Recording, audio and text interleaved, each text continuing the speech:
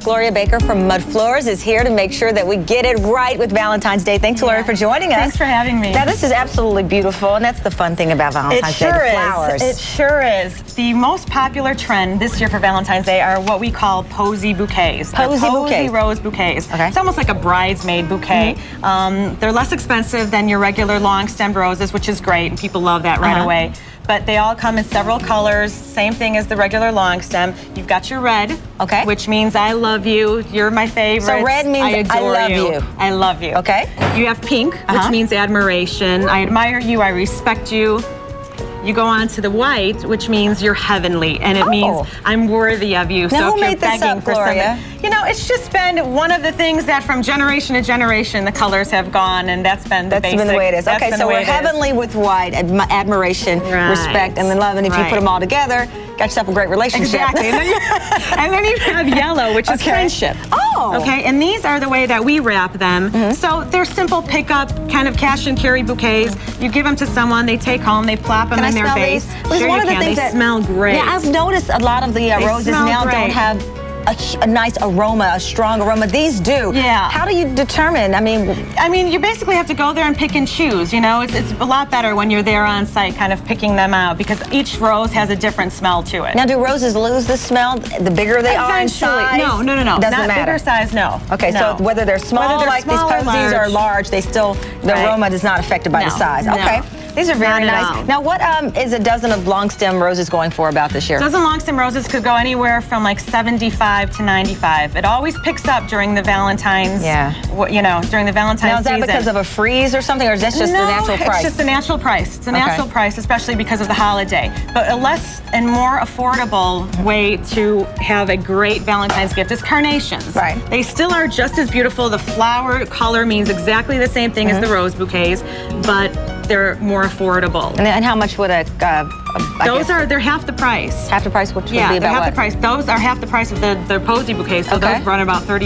Oh, about $25 to $30. Oh, that's nice, and you still get the same wrap up and everything. Now, they don't smell as beautiful as the rose, but they are as beautiful looking. Right, and there's some great colors, too, that they come in. Now, this is another option for you out there. If you don't want roses, a lot of women and a lot of people don't like roses. They want something different. You don't want to do the same thing every year. This is an alternative. Now, these are gardenias, which happen to be my favorite flower. And they smell unbelievable.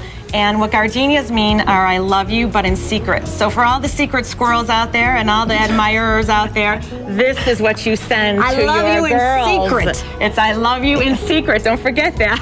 In secret?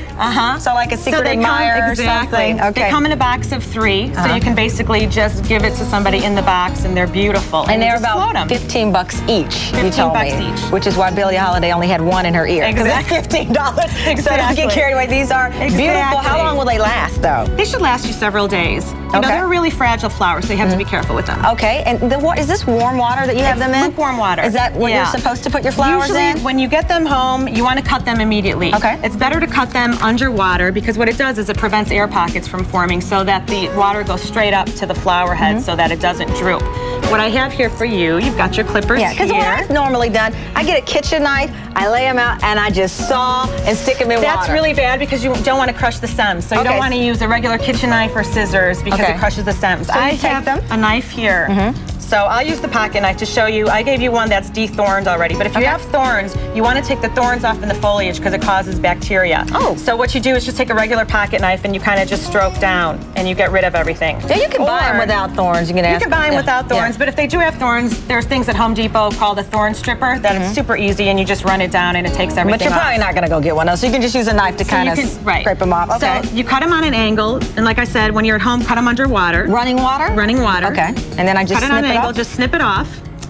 Place it in the vase of water there. Okay.